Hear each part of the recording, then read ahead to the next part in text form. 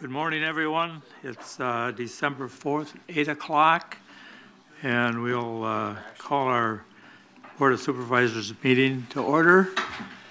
At this time, we will have invocation by Todd Stalker from the Trinity Lutheran Church here at Hudson. So everybody stand, please. Thank you. Well, good morning, everybody. And just one quick thing, 8 o'clock is really early. I don't know whose brainchild was that. Anyway, let's begin our day with joy and graciousness. So let's pray. Lord, we thank you for the opportunity to gather here in this place and at this time to first and foremost remember the beautiful blessings, God, that you have poured out on our community. We thank you for the liberty under which we gather. We thank you for the freedom to agree and disagree, and for our discussion today through which our community can thrive. Father, forgive us all for any pride we may hold that blinds us to reasonable and clear thinking of other people, especially those with whom we disagree. But finally, Father, in this Advent and Christmas season, we pray that through the actions and decisions of this governing body, we may live under what you promised through Jesus, peace on earth, goodwill toward all people. It's in the name of your Son, Jesus Christ, that we pray, and all the people gathered said, Amen. Amen. Thank you. Thank you so much. Will everybody join me in the Pledge of Allegiance, please? I pledge allegiance to the flag of the United States of America and to the republic for which it stands, one nation, under God, indivisible, with liberty and justice for all.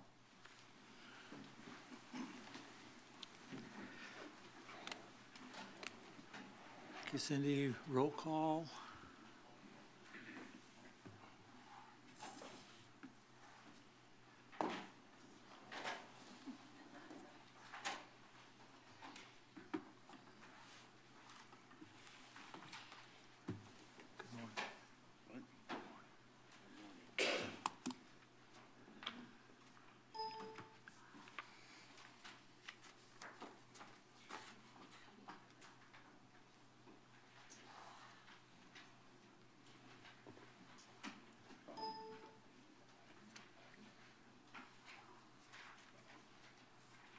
Thank you, everyone.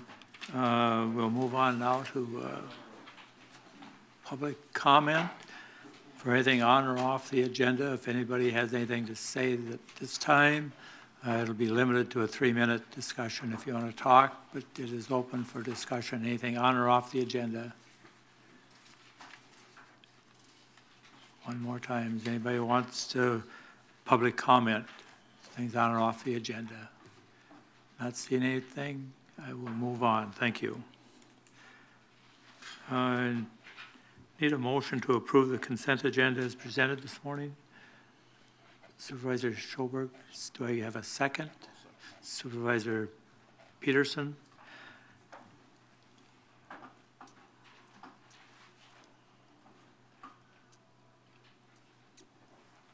So the motion and second to approve the consent agenda as presented. Is there any discussion or questions on the consent agenda?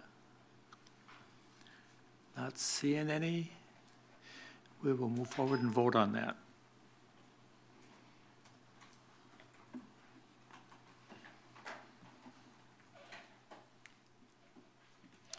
That was all yeses. Thank you. We have a presentation this morning, and I'll turn this over to our County Administrator, Pat Thompson, Wisconsin Counties Association. Thank you, Mr. Chairman. Members of the board, this morning we have representatives from the Wisconsin Counties Association, Sarah Diedrich and John Hockemer, representing the Counties Association, of which our county is a member, and they are on the circuit talking to various county boards. We invited them here to speak to us this morning about some of the benefits of being a member of the Counties Association. So I'd like to introduce John and Sarah at this time. Welcome. Good morning, everyone. Thank you, Patrick. I am John Hockemer. I am the Outreach Manager for the Wisconsin Counties Association, and with me this morning is Sarah Dietrich-Kasdorf. Sarah is the Deputy Director for our Government Affairs Division. And I was thinking about it as I was getting up here that combined, Sarah and I have 45 years of service with WCA. We were hired back in 1991 within 2 months of each other. I left for several years. I was gone. I was Sergeant Arms for the State Senate, but I came back. So we have one of the things that we've seen over the years at WCA is we have very little turnover in staff. So we do have 20 staff people. 18 of them are in Madison. And then we have 2, they happen to be they're both former county board chairs. Keith Langenhan, who many of you know, is the former chair in Marathon County. He still is a town chair. He was actively involved in the farm, so he's got that background. And then Bill Corr, who some of you may know, operates out of his home out of Minocqua, and he was also the county board chair in Oneida County and has been with us for about 17 or 18 years. Does a lot of work on economic development, but so 18 of our 20 staff people are located in Madison. Just a little bit about the association and my involvement. How I first got involved is I ran for the county board in Manitowoc in 1984 and served 4 terms there, including my last term. I was county board chair, and I always encouraged WCA to get more to get Manitowoc County to get more active in the association. And little did I know that after 8 years of being on the board that I would go work for the association. And it's been it's been wonderful for me. I've learned a lot and never thought it would turn into full-time employment. But WCA was formed in 1935 after the legislature passed a law saying that counties could organize into a group, into an association. And the main reason for that is because except for Milwaukee County, all the county boards are part-time elected officials. So Milwaukee County, they have 4-year terms, and in many cases they consider themselves full-time elected officials. Then in 1982, the name of the association was changed. It used to be the Wisconsin County Boards Association, and it was changed to the Wisconsin Counties Association because at that point we started having elected county executives. Now you have the county administrator form of government here, but 11 counties have the county executive form of government. And so to not only represent county boards, but also the county executives and everyone in the county family, our name was changed to be the Wisconsin Counties Association. So first and foremost, our responsibility is to protect and further the interests of county government. And really that is talking about lobbying. So lobbying in Madison and lobbying in DC. We used to have a firm that we used. They were a firm of people that originally came from the Milwaukee area, moved to DC and had a lobbying business out there. They did some contract lobbying for us. Now we handle that all with our own lobbyists. And I really think that's the right thing for us to do.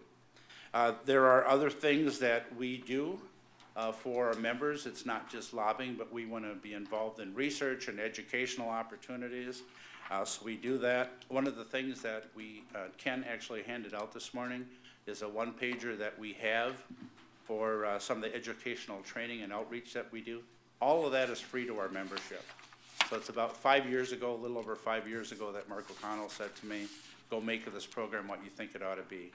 And I travel 60,000 plus miles a year for county business and absolutely love it. I love being on the road more than in the office. So I remember one situation not long ago where I walked in and my office mate right next to me said, oh, how was vacation? And I said, I wasn't on vacation. She said, well, I haven't seen you in 3 weeks. I said, yeah, I know, I've been on the road. And many days I crisscrossed the state. So we provide those educational type trainings as well. We have 2 liability insurance companies. We have a group health trust that provides employee benefits. We have a for-profit arm called WCA Services, Inc., or WCASI, that we work with other partners that help counties and other local units of government do their business. We are able to, in some cases, capture some revenue off of that. So one of the things that we're very proud of, and Mark O'Connell is very proud of, is that we have not increased the dues to our members since 2001. The last time we've had a dues increase. And Mark O'Connell has said that there will never be a dues increase for our members as long as he's executive director. So I remember back in 1990, I was on a committee that looked at dues, and we were very proud of the fact that we finally hit that less than 50% of our total dues, our total revenue for the association came from our members. We're down less than 15% right now. So we're doing really good at that, and we want to keep doing that if we can. So how are we governed? We're governed by a board of directors and an executive committee. We have 27 members on our board. There's 7 different districts around the state. Each one of the districts has at least 2 representatives. Some of the larger in a population, they have additional spots that they're allowed to have additional members on the board. But this district that you are in, your 2 district representatives on our board are Colleen Bates, a longtime supervisor from Eau Claire County, and then James Tripp, who's a county board supervisor from Dunn County. And our board members can be either county board supervisors or county executives, but it's required that they need to be elected officials. We also, a few years ago, we added constitutional officers to our board of directors. That's been valuable input to us. So each one of those 5 organizations, the constitutional officers, also have an individual member. We do a lot of work in publications, so hopefully all of you receive our magazine. A couple years ago, we decided that we were no longer going to charge for our magazine, so every county board supervisor should be able to get a magazine free of charge. A lot of the work that we do that's in our communication side is done by Michelle Thompson, who we contract with. She used to be an employee of the association, now has her own business. So Michelle does a lot of our media and PR, handles our website, all of our social media, works with us on webcasts, and the e-news that you see come out, that's all done through Michelle Thompson. Other opportunities that we have for education for our members and participation would be through our annual conference, and that's always in September. Certainly we welcome you to come there. We also have a relatively new policy, a couple years old, that if you are a first-time elected county board supervisor, we waive the registration fee to come to the annual conference. We started that a few years ago. And effective in 2018, we decided that we were no longer going to charge for our educational seminars that we always do in Stevens Point. Again, those are now free of charge to our members. In February, the first week of February, we always have our legislative exchange. That's more of a legislative update, and a lot of times we'll see county board chairs and county executives and county administrators attend those meetings. And then we have other educational programs and items that are involved on our website. There's a video specifically about what are counties. It's a really good, short, couple-minute video. If you're ever going to speak to groups and you need copies of that or the video, you can get that link directly off of our website. But we also have handouts that we will mail to you if you're speaking to any groups. And I mentioned before that we do the webinars and the educational seminars. Sarah and I want to make sure that there's time for questions. So I was going to give this brief little history and talk a little bit about the association and the services that we provide. Almost all of them free of charge because all 72 counties are dues-paying members. And now Sarah's going to talk a little bit about how we develop our platform and then how we go about lobbying and working with our members that way. Thank you. And thank you so much for the opportunity to be here today. I always like to come up to Hudson. I don't think it's too long of a drive at all to come from Madison. I actually have been here a number of times as well with my daughter for various hockey tournaments, and we've stayed here. So riding up the interstate is really, to me, it's a quick, easy trip. So again, appreciate the opportunity to be here, and don't hesitate to call and ask us to come back again. So John talked to you a little bit about the association, and I'm going to talk to you a little bit about our policy process and then very briefly talk to you about some of our top legislative priorities for this upcoming legislative session. So there are a number of different ways in which we obtain our lobbying positions. As John mentioned, we are governed by a board of directors, and the board of directors can at any one of their meetings take up issue papers that would set policy, and they would adopt a policy statement with regard to any issue that may be impacting county government.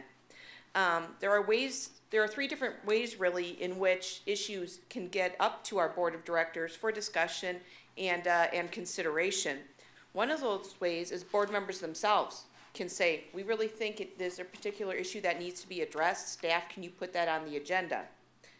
The other ways, there's staff, you know, we're out various places. We come to various county boards. We talk to different counties, talk to different county-related organizations, and they may say to us, you know, we really would like your support on a particular issue or would like for you to take up an issue, so please can you ask for that to be on the board agenda.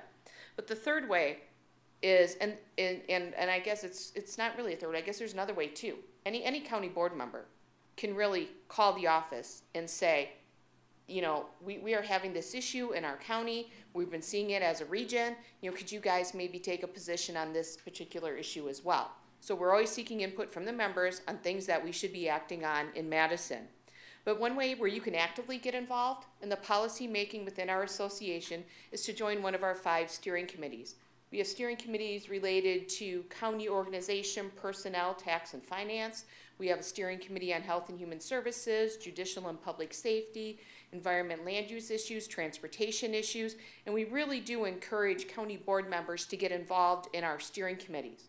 Our steering committees spend a lot of time taking a real in-depth look at policy items, and then they make recommendations to our board of directors to say, you should support this, you should not support that. An example of a real good discussion we just had at one of our steering committees was the Health and Human Services Steering Committee, which I staff.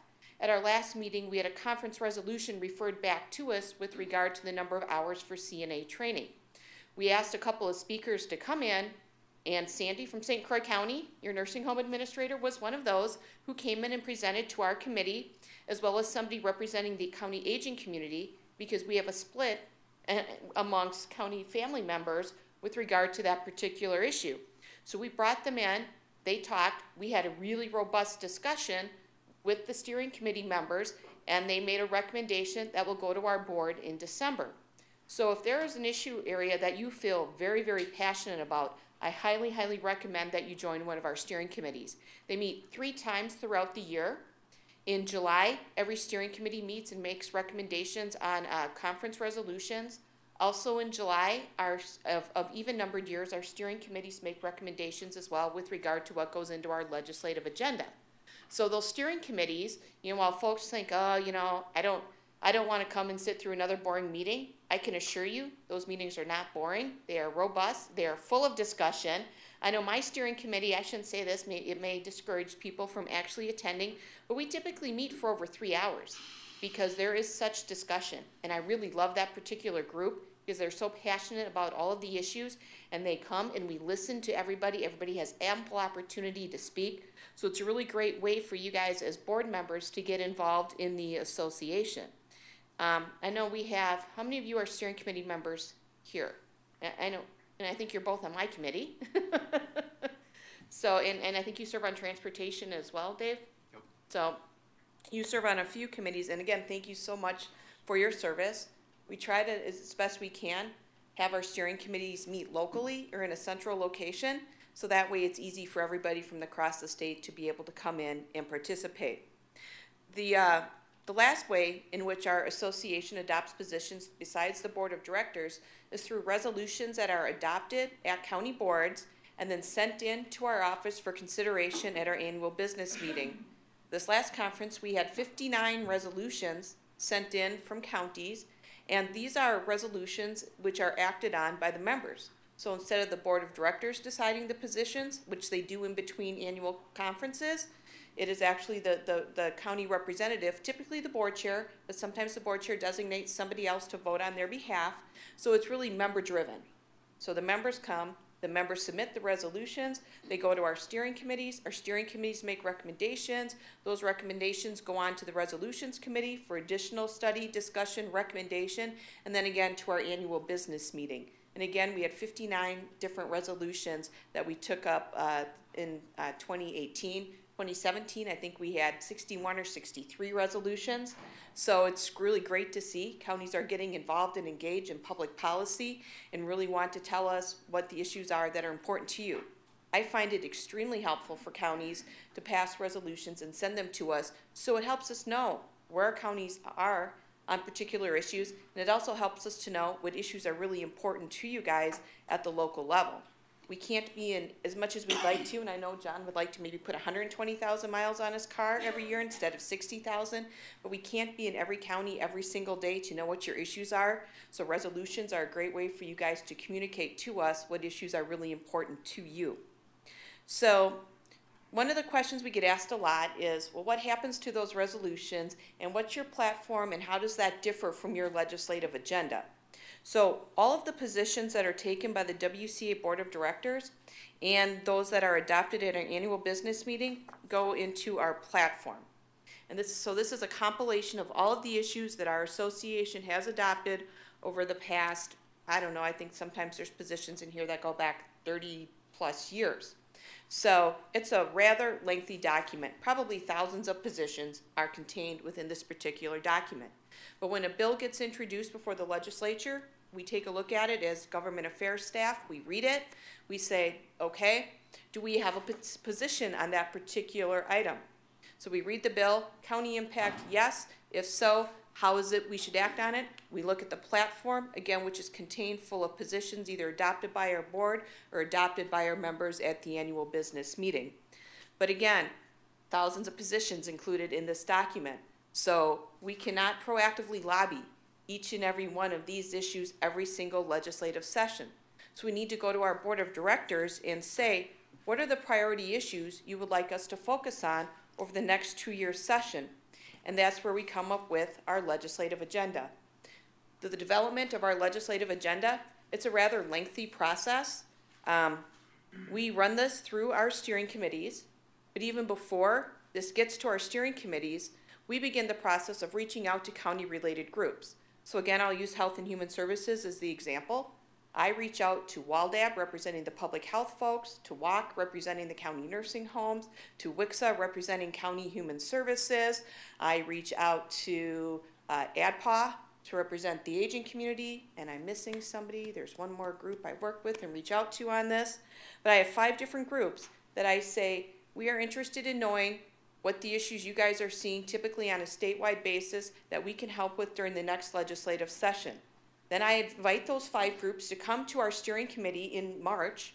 They present their issues. We have discussion amongst the board. Based off of that, I develop a list and an issue paper for the steering committee. The steering committee then takes that up at their next meeting in July, and then it's the recommendations from the steering committee that gets presented then to the WCA Board of Directors. So again, that's another reason why it's really important for you guys to get involved and serve in our steering committees, because it is the way that we do develop our legislative priorities. So if you get involved and serve in our steering committees, you will have a voice, you will have a say as to what gets into our legislative agenda and what becomes our priority issues for the next 2 years. So again, we work very closely with our steering committee members on the development of this document. We work very closely with our county-related organizations on the development of this document as well. So one of the things I was asked to talk about as well and address is the value of adopting resolutions and sending them in. Again, as I mentioned earlier, we do take a look at all of those resolutions that are sent in by the counties. If you're interested in what your fellow county board members are doing across the state, all the resolutions that we get sent in, we scan and we post them on our website. And as you start to look down the website and down the list, you'll start to see common themes. Now, sometimes we have common themes because we ask you to adopt resolutions. And sometimes we get asked, okay, Counties Association, for example, you have a resolution on your agenda today with regard to child welfare funding. And that's a resolution that we actually sent out in partnership with the County Human Services Association and asked all county boards to pass. And a lot of counties say, well, you know, is it really worth it for us to pass these particular types of resolutions? Does it make a difference? And I'm here to tell you it absolutely does. 2 years ago, we asked counties to adopt resolutions on child welfare funding as well. And the number of times I heard from the governor's office, from the Department of Children and Families, from the State Department of Administration, holy cow, we're getting all these resolutions in from your counties on child welfare. Let them know. We hear them. We hear that you guys have a big concern with regard to child welfare funding, and they gave us $5 million in the last state budget as a result of it. So while you pass all these resolutions and you think, does it matter? It does make a difference. They do pay attention. Your legislators, members of the administration, our association, we take a look at all of this stuff, and it helps guide us as to where we need to go. So very quickly, I know John and I are probably well past the time we've had allocated to us already, but very quickly I just want to talk to you and highlight just a few of our top legislative priorities that we are working on during the next legislative session. And when I say next legislative session, in all actuality, we've been talking about these issues since last summer already. Because if we want things to get into the next state budget, we need to, begin discussions in the summer with the state agencies. We need to begin talks with our legislators right away. I know we just had an election and we had a change in administration. We've already met with the Evers transition team twice as an association to talk to them about our top legislative priorities. And what's really nice is the Evers administration keeps reaching out to us. They say, okay, Mark, we want to meet with you and Kyle on the top priorities. They reached out to me and said, Sarah, we want to talk to you about issues related to health services. When I was there meeting with them yesterday on health services issues, I said, hey, I need to come in and meet with you guys on children's issues as well. They said, great, we'll get something scheduled for you. So it's really nice, just so you guys are aware, that even though we talk about the need to begin work on the budget priorities back 6 months ago already, and we have a new administration, they are reaching out to us, and they really do care to hear what the county's top priorities are. So our number one budget priority hasn't changed from last session to this session. It continues to be child welfare funding. And again, I know you guys are going to discuss this later on in your agenda, but with the meth and opioid epidemic that we are seeing across the state, we continue to see increasing caseloads for county social workers in the child welfare area that are just unsustainable and unworkable. Our county social workers are burning out. They're in many counties across the state. Their caseloads are too high. That has a negative impact on the children that we are serving. The state funding has not kept pace with the need and the growing caseloads that we are seeing in the child welfare system. The state gave us $5 million last budget. That's just a drop in the bucket compared to what we need. We believe, based on a caseload study that was completed by the County Human Services Association, and Fred Johnson was very much involved with that effort. We know that we're about 472 caseworkers and supervisors short all across the state. Again, all of that has negative implications on the children and families that we're serving. On top of that, because of the meth and opioid epidemic, we are having to remove more and more children from their homes because the environments are unsafe. Just in the last few years, our out-of-home costs have increased $14 million, and those costs continue to rise on a statewide basis. All of these increased costs are coming on the county tax levy. We need the state and would like the state to step up with us as partners in this particular area and ask them to provide increased funding. Our funding ask in this area, this budget, is $30 million a year. That's $60 million over the biennium. That is probably the largest GPR ask that I can recall us making as an association in my career at WCA. But I'll tell you, the crisis is real. It is out there. It is being felt every day by children, families, by your caseworkers. And as a result of that, we believe that the state needs to step up, be a better partner with counties in this particular effort, and work with us to solve this crisis. And then once we get the crisis under control, then we need to sit down and have, I think, a really good discussion about long-term, how is it that we can move forward so we do not fall so far behind again in this particular area.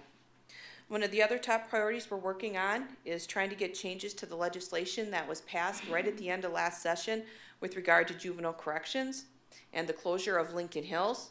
Under the new legislation, counties are going to be required to operate secure residential care centers for children and youth, or SRCCCYs. It's one of those acronyms I know that just rolls right off the tongue. But our counties are going to be asked to play a new and increasing role in the juvenile corrections system.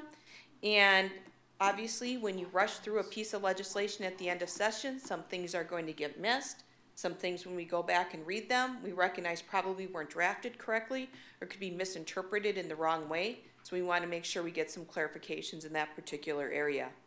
911 funding is another top priority for us. We started the process last budget with the receipt of $7 million for the state of Wisconsin to construct an EZNet, or an emergency services IP network. The goal is to try to get all counties to be, NG 911 capable, so that we can do things such as accept photos, text messages, all of that within our emergency communication centers or our 911 centers or PSAPs. Unfortunately, a lot of counties don't have the money available to them to upgrade their equipment. Also, it's very expensive for all counties in all law enforcement agencies to, replicate the EZNet. So rather than have all 72 counties do that, we said let's build a statewide system as round one. Round two, which is our request this particular legislative session, is to begin and create a grant program to allow counties to apply for grants to upgrade their 911 system and then connect into the EZNet. If you think about it, it does no good for the state to have made that $7 million investment in developing the EZNet and then not have counties be able to connect to that EZNet because we don't have the $250,000 or more to upgrade our 911 systems. Levy limit modifications and levy limit relief, that is another item that we are taking a look at as well. We're hearing from a lot of counties, especially those counties that have growth in net new construction of under 1%. It is very difficult for those counties to balance their budgets. It's difficult for those counties to do such things as react to the child welfare crisis, for example, when they have no place to go with regard to the levy. We've had counties that have, talked about cutting their tourism departments. We have had counties, and it sounds so counterintuitive, but we've had counties have to cut their AODA budgets in their human services department in order to pay for out-of-home placement costs for children who have been removed from their home because of drug and alcohol issues. But these are some of the tough decisions that a lot of counties are making.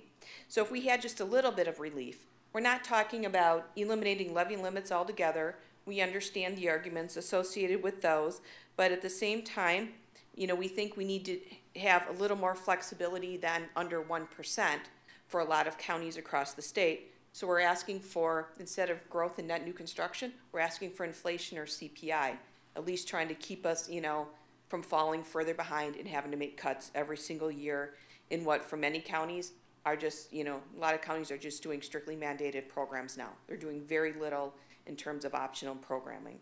And the last issue I'm going to talk about is transportation. Again, that is always a top priority for us. Sometimes it gets talked about in a little different manner because it's not typically a GPR funded source, but transportation is funded, of course, through program revenue and fees generated by the Department of Transportation. So transportation funding, again, always a top priority. Our ask this year is for the state under the General Transportation Aids Program to fund 30% of the cost associated with maintaining county roadways. But we have a second ask in transportation this year as well, which is related to a work zone safety package. Right now, we've had some tragedies in some of our counties where we have had some of our county highway workers killed because folks are just not paying attention driving through construction zones. So as a result, we worked with the County Highway Association and developed a transportation priority work zone safety package that has three components to it. The first component asks for automated speed enforcement in work zones. The second component would allow flagmen who are out on construction sites and if they observe a vehicle failing to yield the right-of-way to individuals who are gained in work zone maintenance or construction to be able to report that activity to law enforcement. It's very similar to language that exists now for school bus drivers. If a school bus driver sees somebody zoom by that stop sign that's out on the bus, they can report that to law enforcement. We're asking for something very similar to happen as well with regard to work zone safety. And the third component of that particular legislation asks for at least 30 minutes of instruction in driver's education classes with regard to work zone hazards. So those are some of our top priorities that we are working on this session. And I think at this point, John, you're still here? All right. We're happy to take questions if you guys have time and Are there any questions for Sarah? John? Supervisor Schoberg. Sarah, thanks for coming in today. I'm a little surprised you're not in Madison because there's, as you know, an extraordinary session going on right now.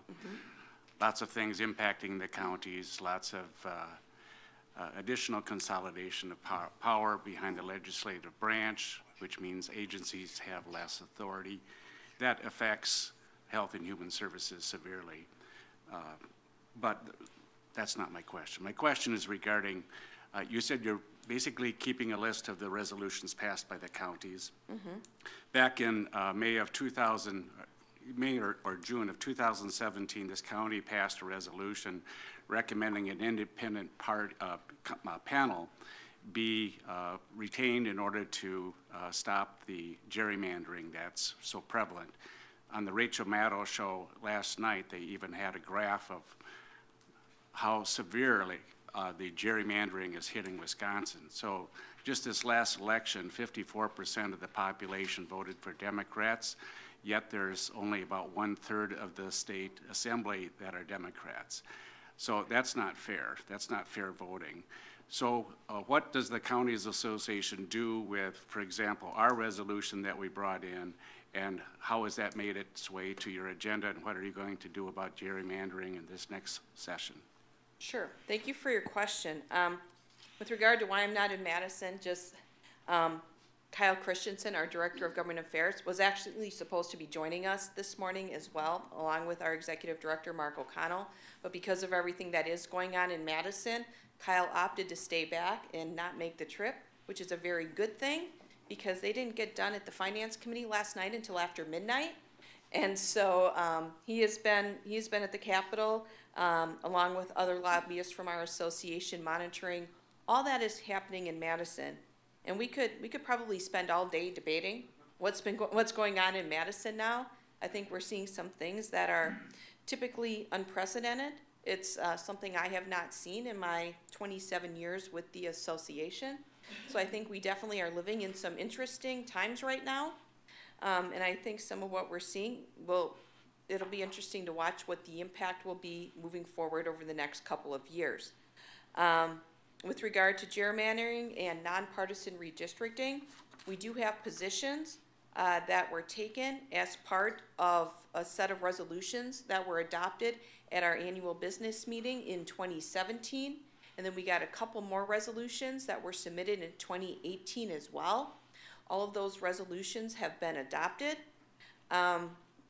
Unfortunately, I think you probably know where I'm going to go with my answer on this one.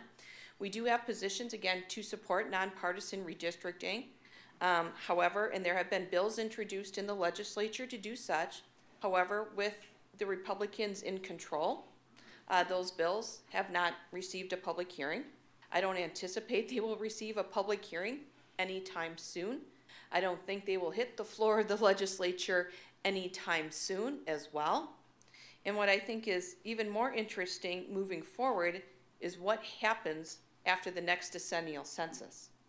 I think with an Evers win during the elections in November, the next set of the legislature again will redistrict.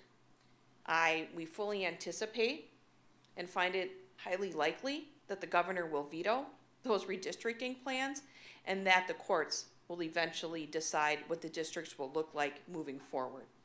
So we think in terms of future planning and where we're going to end up, we think that the legislature probably won't be the final authority on redistricting this next time around. We think that will probably be decided by the courts. Supervisor Osmus, I'll come back over. You want to go first, Dave?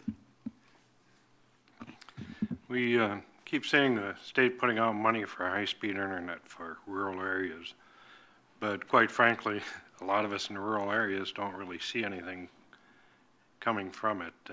How are we addressing that? Yeah, that was one of the priority issues for the state legislature during their interim session. I want to say 2 years ago now, where they had a legislative council study committee looking at rural broadband and rural broadband issues. I know there were some grants made available as part of the last state budget, I believe, and part of legislation as well that came out of that Legislative Council Study Committee in order to address the issue. We do understand, however, that there is still major pockets in concern with regard to reliability and accessibility with regard to broadband. And it's interesting in all areas of the state. If you take a look at a map, one would typically think that if you're talking about dead zones in the state with regard to broadband, that they would be in a lot of the rural parts of the state.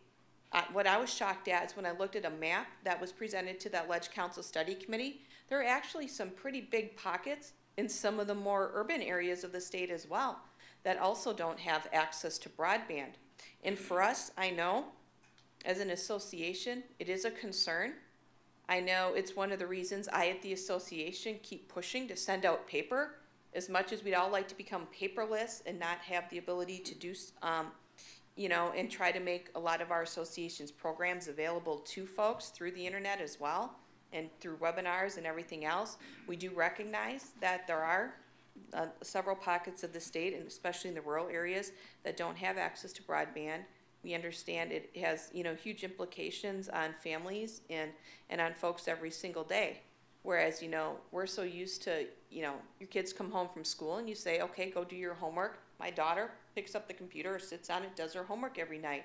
But there are lots of families and lots of places in the state where that just can't happen, and it does have implications. So we do recognize and understand that that is an issue, and we will continue to work on it. And John, I don't know, are you working on anything related to that? I happen to represent county government on the Public Service Commission Broadband Advisory Committee, and I'm happy to report that it's one of the areas where both Democrats and Republicans have worked well. There's a woman, Angie Dickinson, is the broadband expert in the state of Wisconsin. She works for the PSC. She would be more than willing anytime to come and speak to any group, to a county board, anyone that wants to hear about broadband. Fortunately, in serving on that committee, I have seen a great working relationship between the legislature and DPI, because DPI, which now Governor-elect Evers, who is the state superintendent for DPI, they control all the access to the libraries in the state of Wisconsin. So they've been working together. The legislature and the governor have approved additional dollars going into broadband. They've actually shifted some of the money, unfortunately, from energy efficiency programs, Focus on Energy and others, to broadband. So I am convinced that in the very near future, we will probably be in the high 90% of areas of the state that are covered by broadband. And I would suggest this because of the changing technology. Sometimes we see cities, villages, and counties that are looking at creating their own system. I would recommend against that because the technology changes so fast. So this really needs to be a public-private partnership with additional dollars coming in from the state. And I think we will see even more dollars coming in the broadband because it clearly is not only an educational tool, but it's an economic development tool. It's not an option. We need to have broadband statewide. Any other questions? Yeah, I'd like to thank both you, John, and Sarah again, too, for coming. It's nice to see some familiar faces. The one thing that we haven't talked about, or you didn't mention, and I wish you please would, is the Capital Ambassador Program and the importance of that. Sure. So our County Ambassador Program was started, I want to say back in 2010, as a presidential initiative of Alice Connors, who is now the Calumet County Board Chair. As her initiatives, she created two things: Human Services Day at the Capitol and the County Ambassador Program. And what the County Ambassador Program is designed to do is to bring our members to Madison a few times during the legislative session to meet face-to-face with your legislators to talk about some of the issues that are huge priorities for county government. I think it has had a tremendous impact in a lot of the successes that we have had as part of our legislative program. We ask you to come to Madison 3 times during the course of a legislative session. Next year, I think it's January 16th, April 2nd, and sometime either at the end of October or early November, we ask folks to come in again. as part of the program, we provide a legislative update. We then ask you to go to across the street to the Capitol and have discussions with your legislators and hand them the issue papers that we have briefed you guys on for that particular day. And then after that, we ask you to, come back for lunch. We bring in some pretty high name speakers, typically either the co-chairs of the Finance Committee, legislative leadership, or we have state agency heads come in and talk to the folks who participate in the program over lunch. And then we send you guys back to the Capitol in the afternoons to complete your meetings. We hear a lot of positive feedback from the legislators saying, it was great to see your folks in Madison. It is one thing to invite your legislators in to your county and have conversations with them. That's very important, and we want counties to continue to do so. But it also sends a stronger message when our members actually travel to Madison to have those discussions with their legislators as well. Now, that being said, we know for some folks travel is an issue, but we still want you to be involved and engaged in the County Ambassador Program. So even if you look at those dates and you say, I can only make one of those 3 dates or 2 of those 3 dates, that's absolutely fine. Because we do ask members of the County Ambassador Program that even if you are unable to come to Madison on that particular day, we mail you the information, and we ask for you then to meet with your legislators within your county about those issues that were on the agenda for that day. What we really are trying to do is encourage our members to get more comfortable and more involved in having discussions with their legislators. I can't stress enough how much easier it is for us to do our job when you guys are having local discussions with your legislators. There was one bill in particular that I recall working on a number of years ago, and it was nice to walk into all of the offices and have them say, yes, your county board members were here and had the discussion with us. Yes, I will absolutely sign on to that bill. Or, yes, we did hear from our counties. They've been calling in like you wouldn't believe. Absolutely, we're going to be on this. So more and more, it is critical for you guys to participate in programs like the County Ambassador Program. We do have a new initiative that we started as well last September, our Phone to Action. I don't know how many of you guys are aware of that. We're going to be sending out additional information on it. But really what Phone to Action is, and how many of you guys have smartphones? Okay? Everybody does, right? So it's very easy. You sign up for Phone to Action. You text a number to a particular number. You get some information back. And throughout the legislative session, we would send messages out to you guys through Phone to Action. I promise we won't be lighting up your phones with it. But when there's very important votes coming up before the Finance Committee or the legislature, you'll get an alert from Phone to Action, and there are preset messages that are on there for you guys to easily send a text message to your legislator saying this. Boom, you hit a button, it's done, and it's done for you. Or we say, or in the alternative, call your legislators, and we give you their numbers, because when you set it up, it tells you who your legislators are. So you can very easily hit the button, call your legislator, leave them a message. So again, I can't stress enough the importance of engagement, member engagement in our legislative efforts, and we try to make it as easy as possible for you guys, whether it's through the County Ambassador Program, whether it's through our Phone to Action program. Sometimes we send out, legislative alerts asking you guys to take action on things. Again, the more you guys can get involved and engaged, the better it is, for counties as a whole. Thank you, Sarah, for all that information today, and we appreciate it. Have a safe trip back to Madison now. All right, thank you very much. Thank you. We'll move on with our annual department reports. Our district attorney and victim witness will be next. Michael.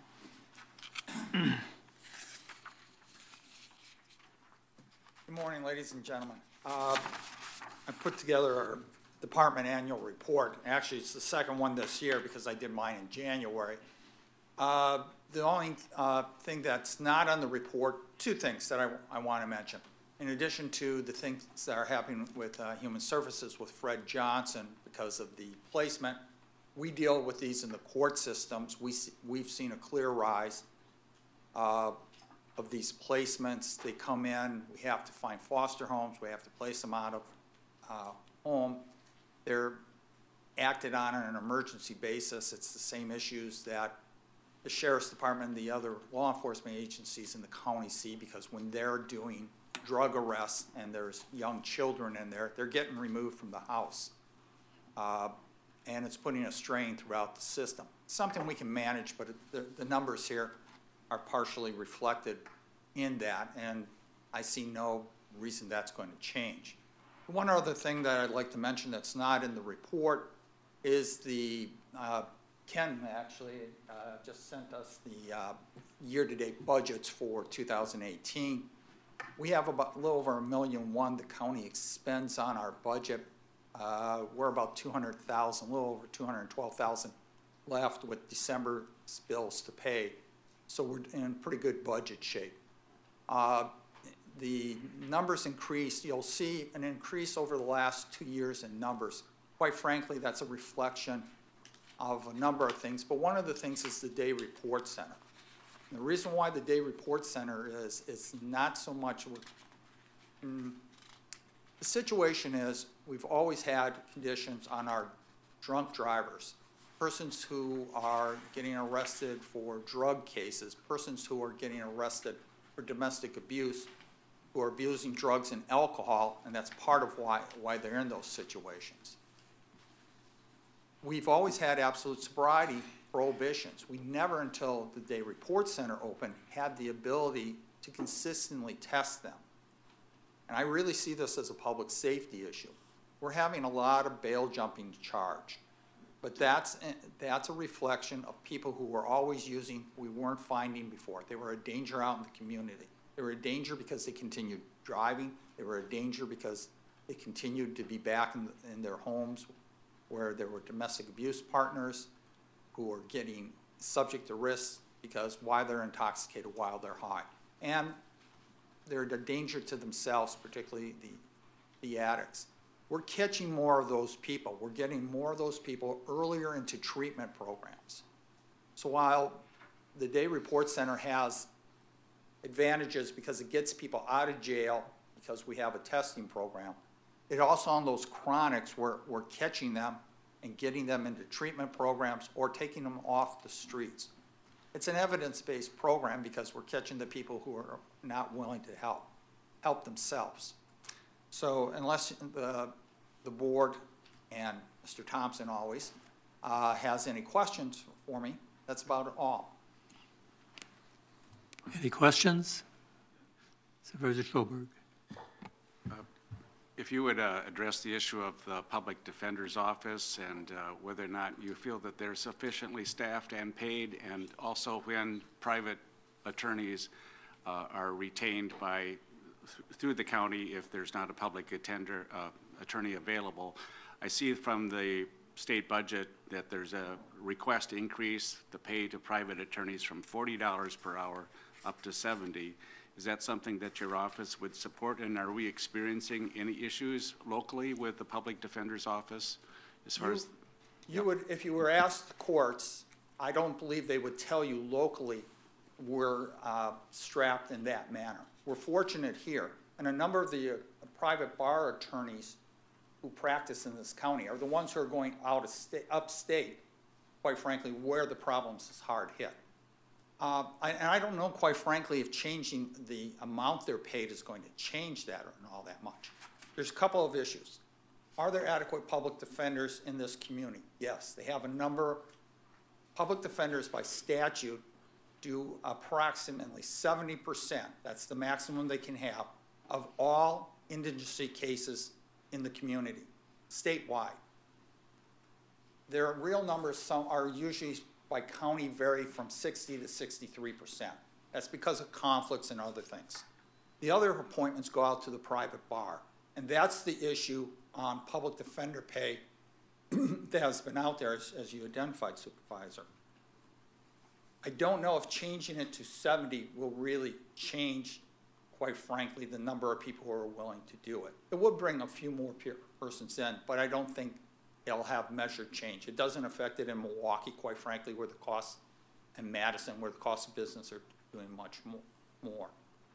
I think there's adequate members from the public defender's staff. They have 9 attorneys. They assign 4, almost exclusively to St. Croix County. I have 6. We cover everything. They cover roughly 2/3. I think that's a pretty fair evaluation and breakdown. They have not had any cases. Now, the public defenders also have a guideline to where they take, and this county in particular does a real good job in its county appointment people. And it's never had trouble having county appointment people. They pay at the higher rate. They do more than other counties on that. In this county, it's not an issue. Upstate, it's a bigger issue. And whether or not they, if they raise it to the proposal, which actually had been $100 per hour, you literally will see public defenders who will leave the public defender's office to go into private practice. And their pay scale, by the way, the public defenders, is identical to what the AGs pay, what the assistant DAs pay. They're on the same scales. Any other questions? Supervisor Hanson. I'm always impressed with your diversion program, and I'm curious about funding. The grant that funds it, the TAD grant, is something that I'm not really familiar with. I'm wondering if you would just explain what that is, and how long does it last? How often does it have to be renewed, and what's our match? Our match is essentially the salaries that are paid to Lisa Maltoff. Her salary is essentially the match. We have 2.5 persons. Actually, we have a little bit more than 2.5 persons, because part of what was in the treatment program, their specialists, in order to raise their hours and raise their pay, we took a portion into our office.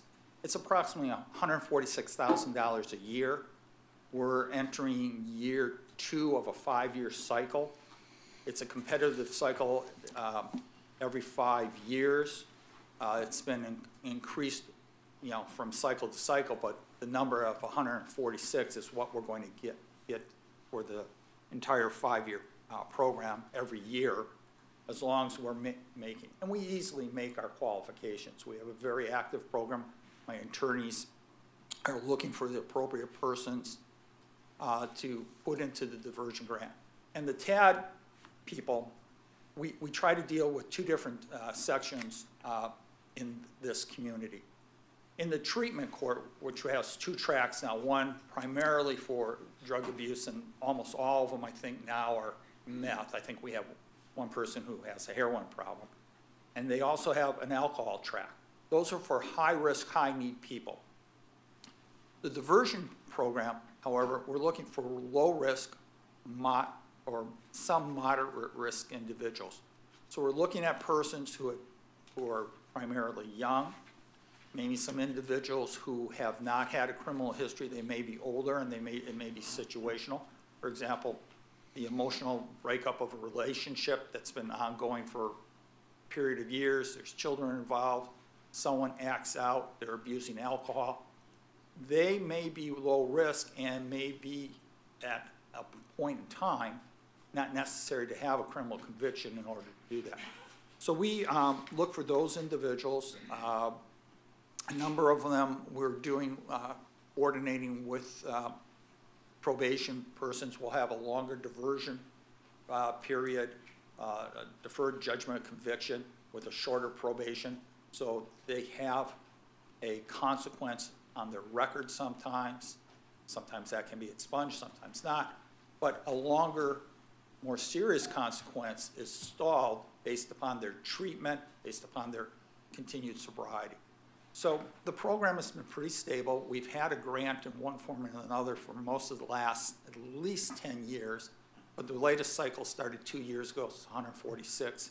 You can't increase that, we've actually had a couple of things, primarily because of that open position that happens with the diversion court, that part-time position, that not being filled. There's been some trouble spending all the money within the grant. It's well-used funds, though. Any other questions? Not seeing any. Thank you, Mike. And if anyone has any questions, you know, feel free, you know, where my office is up on the second floor, and I'm going to be leaving here now, but you're always welcome to come up and visit. Take care, have a good day, everyone. Thank you. Next one's our Child Support Department annual report. Lisa's up. Good morning. This is my first annual report, so bear with me. I'm not sure how much information you need. I did provide a report. I just want to touch on a few key topics. We did not meet all 4 performance measures in 2018 as expected. We were short approximately 3% on our arrears collection. I think that it gears down to the fact that we have had some staff changes. We have 3 new staff in our office, or 3 new position staff, so the training takes time. And with the large caseloads that we have exceeded, 500 to 700 per caseworker, has eliminated the fact that we just can't get all the cases that we need to get to. But we did exceed our collections for since 2017 by almost $24,000. So we are in a good spot in regards to increasing our collections for support to go to the families, and so that's a good thing. Our budget looks good. We don't have any concerns in regards to our budget. Our revenue versus our budget at this time year to date is as expected. We do have 2 new things that we're gonna be taking on in the Child Support Agency. So we are going to be working with the courts and the Workforce Resource Center in developing a work program for underemployed and unemployed individuals that have a child support obligation. This will be starting with our chronic non-payers, so we're going to be working with them closely with the courts. Judge Vlack's office, I haven't met with him yet, but we're both on the same page as to what we want to accomplish for this. And we also want to hit those cases that are early intervention cases. So the individuals that are underemployed or employed that are ordered to pay support, getting them into their work program through the workforce resources, and collaborating with them and other temporary agencies in the area to get them on the right track, whether it be employment, assistance with you know, work shoes or gas cards, getting them to work, getting them used to that working and then monitoring that. We have asked for a grant through the state of Wisconsin to help with that program. Right now, I've reduced 1 caseload on an individual in our office so she can work closely on getting that collaboration going, and Excel spreadsheet, how we're going to track that. So that's one of the major things that we're going to take on. And then we're looking at taking the GovPayNet program, which is the most common place for that is the clerk of courts, where you can take a credit card, scan the credit card to pay your fines. We're looking into getting that program within the Child Support Agency so they can come in and scan the credit card for their payments. We have a lot of people that want to pay that way with their debit card or credit card, and we don't have the means to do that right now. This doesn't cost the county or the agency any funding, so it's a free service. Each card is charged a certain percentage based on the amount that they pay. We're working with the GovPayNet program and our trust fund in Milwaukee, and hopefully we can get them to work closely together so that the payments don't have to come through our agency. It goes right from GovPayNet to the trust fund in Milwaukee. Eliminates errors, but we will be working a report to make sure all the payments went through and monitoring that system. So unless you have any questions. Supervisor Oxerhoff. Yeah, mine is kind of interrelated. I know that there's a shortage of low-income housing in Yes. St. Croix County. You combine that with child support payments that are low or not being met, and these people are getting kicked out. What happens to the kids and the family? Because it's this roundabout circle. I mean, the low-income housing is, I assume, a major part of child support and them being able to afford a place to live and stay as a family. So how does that all work? Well, we would refer individuals that contact our office that, you know, are in between houses. They typically end up with friends or relatives in the area or move away. But we refer them to our Health and Human Services programs. So we get them in contact with individuals that can help them get housing, get on the, you know, the list for additional housing. But we do what we can. We have to enforce the court orders. If they can't pay and their orders are too high, we try to modify those to get them down to a reasonable amount that someone can afford to pay. That doesn't always happen. We're not the courts, so the courts make the decisions. And then you have the custodial parent side where they need that money to pay for that housing. So again, the work programs, if someone's underemployed, getting them full-time employment, just working through them, trying to eliminate the start of administrative actions against them, like license suspension, you know, recreational suspensions, trying to eliminate that and getting them on the right track in the beginning. So I would refer those individuals to Health and Human Services for additional, you know, W-2 services or FSET services, some other kind of financial services that will help them. And related to, what is more of a problem that you see, non-support or not available housing? I'm not sure of the housing end of it. I would say on the non-support side, we do have a large number of unenforceable type cases where they're chronic non-payers, or we get cases from other states that already have large balances, and it's really hard to collect those, starting as a fresh into the case. So I would say that the arrears cases are probably the most chronic right now in our agency, where there's cases that just have such high arrears that they're never going to be paid. So we want to try to get those chronic payers out working to get those paid. So I think our current support collection is always been over 80% in the last few years. So we've been getting that current support collection in at a high rate. So again, the housing end of it, I would refer them to the Health and Human Services. I don't deal directly with that. We try to just refer them to agencies and you know, resources that they can use to assist them with those. Did I answer your question? Well, to me, it seems kind of, and I don't know if I'm under or overstating this and if this is correct or not, but there should be a little bit better coordination between the housing and the support, because they're so interrelated, but it is what it is. And we have to depend on the courts to do further enforcement. So whether the support is not getting paid or not, we have to take those cases in front of the court or get a common ground between the parents, some other working relationship with them. Communication is a key role, whether it be let's reduce daycare assistance by the other parent babysitting when the other parent's working. If there's more of that communication between the parents, I see that there's going to be more of a balance there between the housing and the child support. Any other questions for Lisa? Thank you, Lisa. All right, thank you. Next one's our medical examiner report.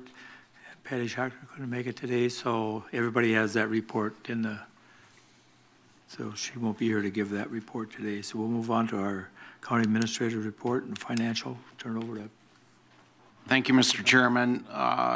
Before Sarah and John leave this morning, wanted to thank you for making the trip over to represent the association here. I think it was helpful. Thank you.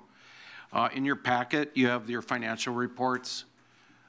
This represents revenues and expenditures through the end of October of 2018.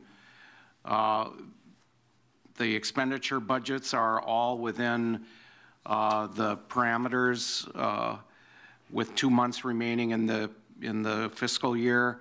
don't see any departments that would, that are gonna have, budget overages, at least at this point. And revenues, look strong as well. So I don't have any, abnormalities to report or anything that's unusual. The capital improvement budget is also included in your packet, and this represents the project status through the end of October for each of the capital projects. Thank you, Mr. Chairman. Thank you. Any questions? Supervisor Schoberg. Sorry, I'm just full of questions today. For the law enforcement, I'm seeing that we have expended $216,000 of the $250,000 allotment for body cameras. I'd just like a status up report. So have they been purchased? Have the office or the deputies been trained in? Is there a policy set? Where are we at with that? Is it all implemented? Yes, yes, and yes. All right. The sheriff is here. I don't know if he wants to speak to that, but we have implemented the body cams. They have gone through extensive training on the use of the body cams. They are in use. I'll let the sheriff speak to the policy. Also, Captain Klatt from the sheriff's office is a member of the legislative study committee, which is studying this issue at the statewide level. I believe they have proposed legislation that will be referred back to the legislative committee that will be dealing with this. But where are we at, Sheriff, from your standpoint? I think you covered a lot of that. So we've had them up and running for probably a month now. And, you know, the guys like them. We've utilized them several times to review incidences, and, you know, probably one of the ones that we had reviewed was probably this Somerset incident where this lady was attacked on the side of the road. So some of that came into play, and so we're utilizing that. It is really the policy that we're waiting on. You know, we have our internal policy. We'll see which direction the state goes, what they'll mandate. Some of the challenges we are having is the time for open records and redaction. And we now have redaction software that came with this whole package, because there are things that I know even we were at a crash scene and the open records came from the insurance companies that wanted video of the crash scene. Well, we had 4 deputies, redaction software for each of them for all the 4 passengers, injuries, hospital, and that got into hours of redaction for one incident. So that's going to be one of our challenges with this new technology. But as far as what we've seen so far, the guys like them. So. Any other questions? Yeah, Supervisor but this Doctorow. has to do with the budget, so you're safe. Thanks. Just on page 25, where you're talking about expenses, the top line, general unallocated, the budget was 0, and the year-to-date is over $1 million in expenses. And just wondering what has used up over $1 million of unallocated expenses. I'm going to let the finance director answer I figure he'll this. have an explanation, Yep. but I mean, that seemed to me a really high amount that was unexpected. Depreciation. Really? Yep. So typically, we don't book those in past years until the auditors came. The new software has that capability, so that's where it is. We haven't budgeted for that in 2019, but probably going forward into 2020, we'll start anticipating that better, and you can compare it to budget to actual then. I knew you'd have the answer. Thank you, Ken. Any other questions? Not seeing any. Thank you. We will move on to the business items. First one is the resolution adopting county library plan of service from 2019 to 22. Do I have a motion to that? Supervisor Peterson. Do I have a second? Supervisor Doctorow. We have a motion and a second on the floor. Is there any discussion? or questions? Not seeing any. We will vote on that at this time.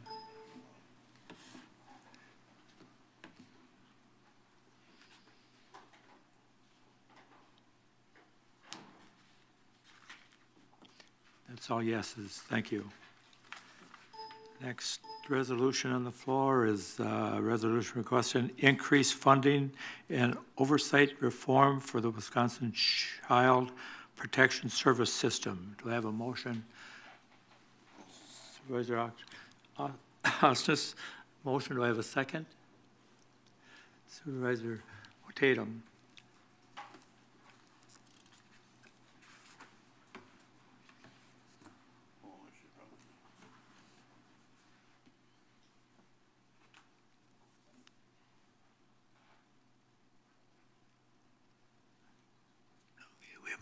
We have a motion and a second on the floor. Is there any discussion on this? Not seeing any discussion. We'll vote at this time.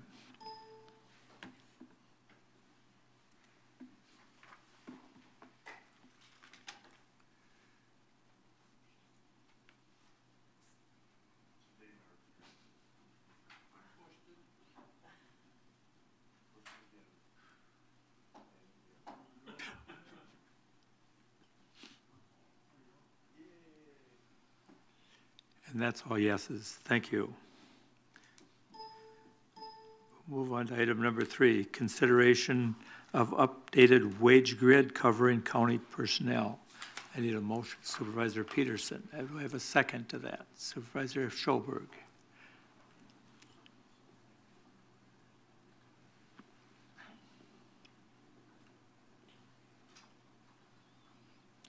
Motion and second on the floor. Do I have any discussion on that? Supervisor Coulter. Yeah, now when will this take effect? Is this for 2019? Or? Yes, this wage grid will take effect January 1 of 2019. And basically it reflects what is currently in the budget. This is an annual resolution that we bring through to adopt the updated wage grid, which is reflected in the 2019 budget. The only change to the wage grid this year are the additional steps in grades 40 through 42 for parks seasonals, highway seasonals, and the clerk of court bailiffs. Any other questions or discussion? Supervisor Octorara. How well are we keeping, I mean, we just heard the discussion now in the public defender's office that we're having problem getting people because we're not, you know, the wages are different. And just wondering if this is keeping, even though we review it annually, are we keeping things up to date? Or what are we not doing that we should be doing that we got behind in the public defenders? Well, public defenders are state employees, so they're not on our wage grid. But to answer your question, the administration committee is currently looking at engaging a consultant, Dr. McGrath, an associate, to come in and do an update of our current wage study because it's approximately 4 years old since we adopted the original McGrath wage grid. And so we're looking at, the committee is in the process of looking at a proposal from Dr. McGrath to come in and do an update to make sure our wage grid is still current with market. So are we going to probably have to have her come in every 3 to 5 years to? She says every 4 to 5 years. Okay. You don't have to. You know, it's certainly the prerogative of the board, but it's important to keep the wage grid current, especially in the market that we're in terms of trying to hire and retain in our region. Any other questions or discussion? Not seeing any? We'll vote this.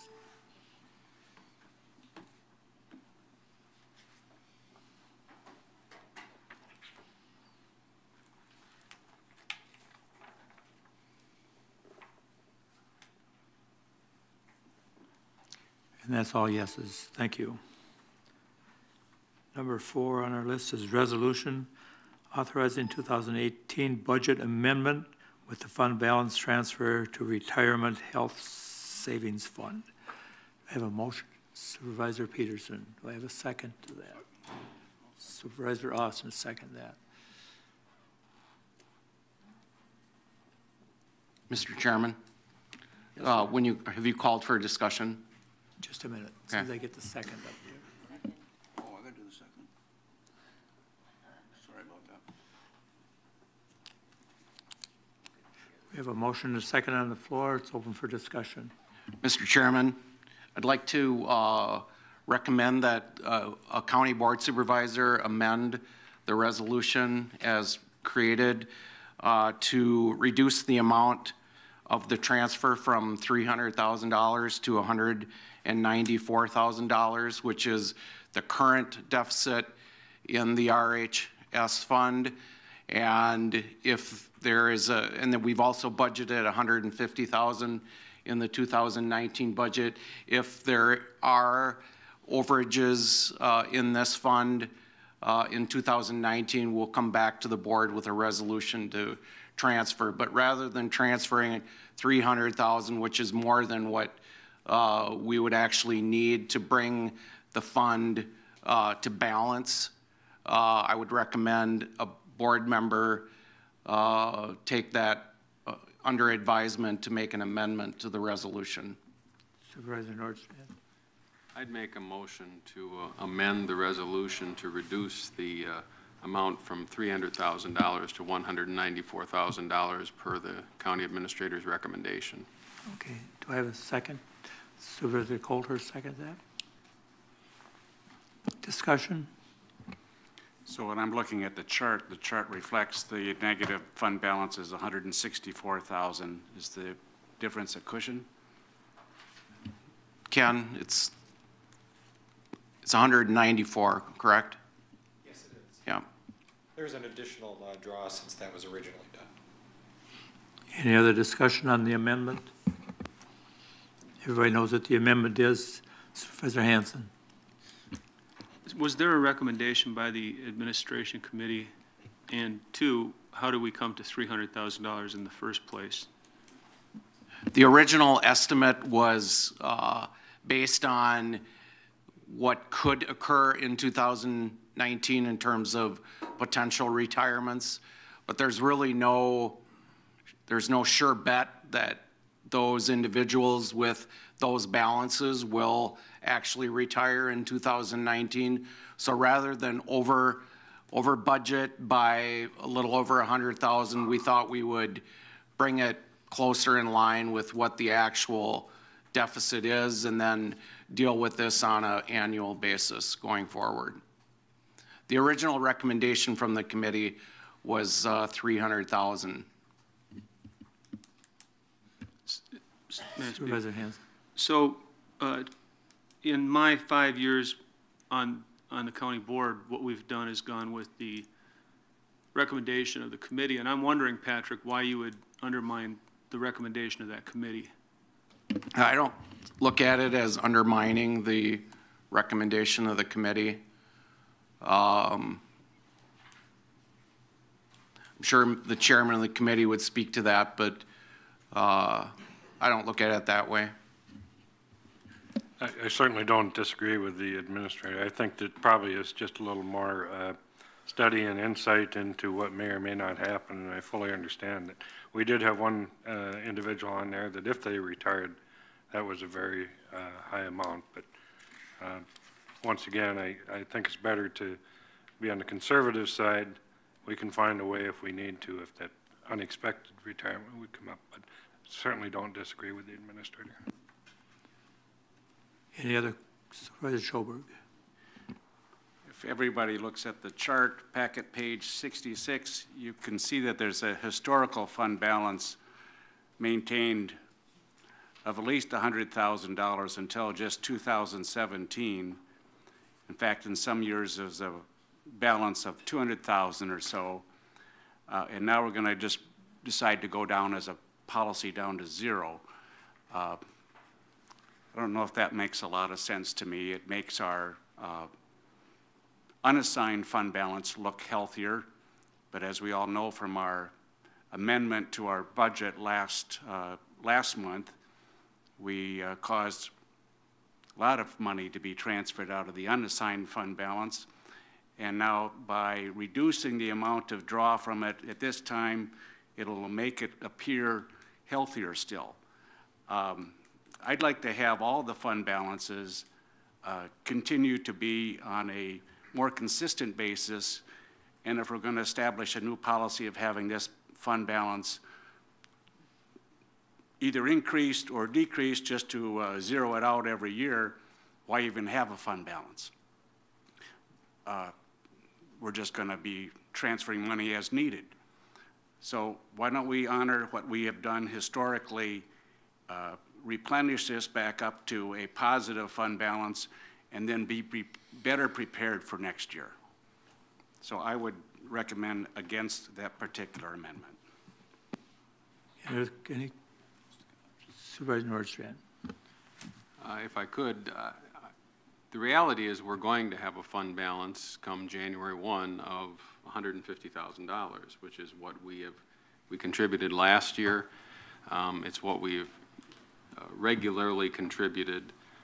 In fact, through all of last year, the fund balance under the administration committee was a negative $175,000. So, I mean, we're solving the problem that was ultimately was created in 2017. We're paying off that. We're paying off the deficit for 2018. And now we're putting $150,000 towards next year. I mean, this year the total cost was what, $164,000 or something? Correct. So $150,000 is certainly in the ballpark. It just seems reasonable to budget what we believe to be the case and then cover it at the end of the year if we need to, and do that each year rather than every other year, which was the case presently. So I think it makes good sense. Any other discussion or questions? Supervisor Hanson? It's true that we have an obligation to have money in the bank to pay our retirees. We have an obligation to fulfill a promise. And if we put the money in the bank, then we're prepared to fulfill that obligation. If what we do is make a promise but not fulfill that money in the bank part, the physical, actual, truthful, fiduciary duty to do that, then we're just saying words. So what we've had in the past, which is a cushion, which is a funded account, is a healthy account.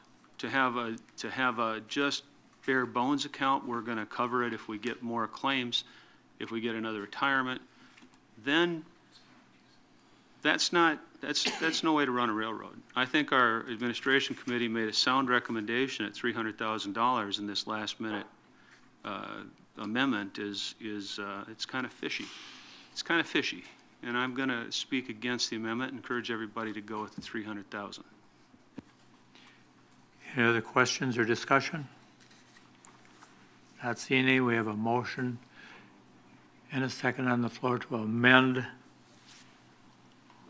the resolution from $300,000 to $194,000. So we'll vote on that at this time.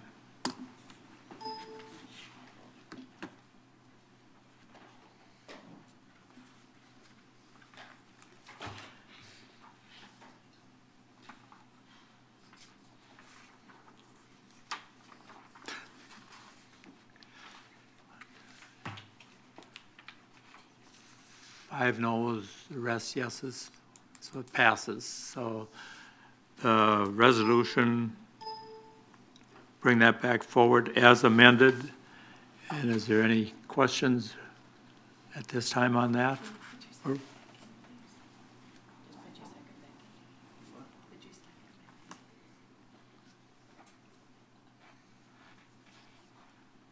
If there's no discussion or questions, we will vote on the resolution is amended.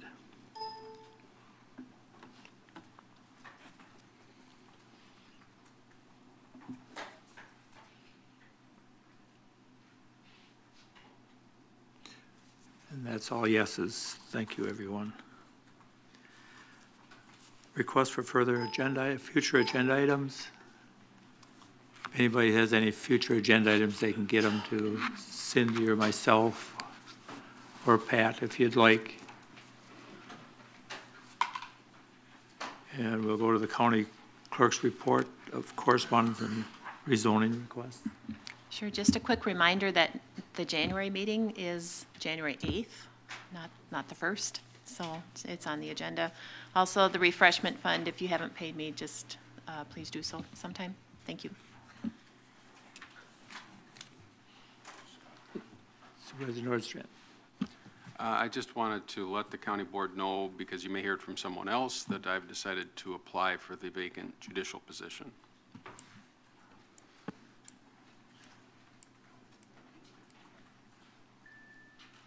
So is there anything else on that, Cindy, that you have?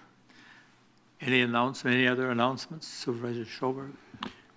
Just an announcement that I was in attendance at the Joint Finance Committee yesterday in Madison, and while it was kind of already decided how everybody was going to vote, they did listen, I believe, to all the county clerks, and they've decided not to schedule yet another election to change the date of the presidential primary. So the joint committee, I think at 12:30 a.m., I was gone by then, decided that it was not prudent to push that one forward. I believe, witnessing all of that eyeball to eyeball, that was a red herring anyway, never intended to pass.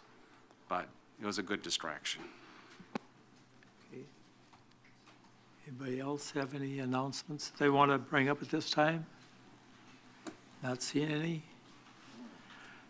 Thank you, everyone. We're adjourned. Everybody enjoy the holiday season.